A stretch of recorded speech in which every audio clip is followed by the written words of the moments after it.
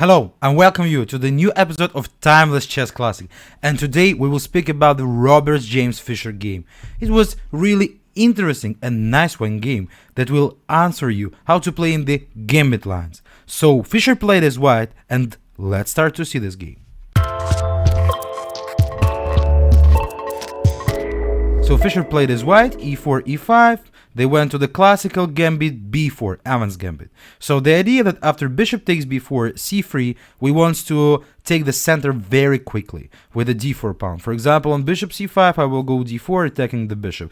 And in compared to the classical Italian lines, the knight is not on f6. So it can give white some advantage. Bishop a5, d4. E takes d4. Now, unfortunately, I can't take with the pawn on d4, but white's just doing a castle in this position. And here, like, the main line is knight e7. The position is still very complicated. White already sacrificed 2 pawns for this better development. But in this game, Ruben Fine, who played as black, decided to check Fischer knowledges in gambits.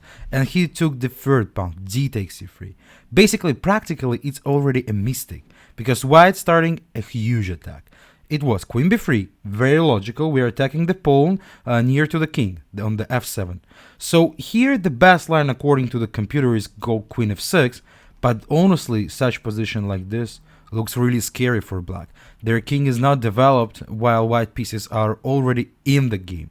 Ruben Fine decided to play queen e7. That's already a mistake, because after knight c3 I'm really looking forward to play knight d5 to attack the queen. And computer wants to take here on c3, but honestly in this position after queen c3, knight f6, bishop goes b2, I think it's a big advantage. Even if black can castle, my bishops are wild here, and yeah, this position looks very satisfying for white.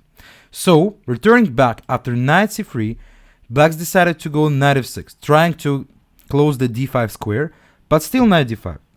The reason is that after knight takes d5, e takes d5, I'm unlocking the E line. Yes, I'm blocking b3, queen, and c4 bishop, but they made their job. And now I'm having the E line to attack. That is more valuable 100%. So knight goes e5, trying to block it. Takes. Now if the rook on a1 is hanging, we need to protect it. So that's why bishop b2, protecting the rook, developing the piece, and gaining the tempo on the queen. Very logical. Queen g5. And now white's attack is basically already around to be demolishing. I really love the move that Fischer played here. He found the move h4, very nice one. So what he underlined? Yeah, obviously white wants to check the king at some moment. This bishop piece doesn't matter for us. We can sacrifice the rook. We already sacrificed some material. Our goal is to get this king into the checkmate net. So why I'm playing h4? I want to distract the queen from protecting the pawn that I'm attacking with the bishop. And after I will grab this pawn, black never can do the castle. And basically h4 is a very useful move, because for some reason I also have a window. So black decided to capture, bishop takes g7, rook g8. And now rook f goes e1. And that's basically winning. It honestly doesn't matter, will black take on e1 because I will take or not. In the game, black decided to skip this possibility and they played king d8 already, but it's still winning. I mean, maybe they were scared that after takes, king d8, white can, for example, go like queen c3 with the idea of bishop f6 winning the game because the material is coming for us. But basically, after king d8 immediately, white also have a combination. And Fischer found this. Queen goes g3. Nice idea. And black resigned immediately in this situation. What is the point? After queen takes g3, I can go bishop f6 with the checkmate because this rook controls the e8 square.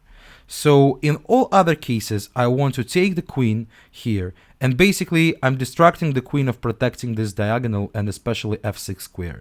Black can, for example, try to use queen h6. Because on bishop h6 they want to go rook g3. This position is still losing, but white can use the combination again. Bishop goes f6, queen goes f6, queen g8, mate. So, amazing game by Robert James Fischer, where he showed us how to play in this gambit style. It's the game that could happen in the 19th century, I can say, for you. A lot of sacrificing and winning ideas in attack.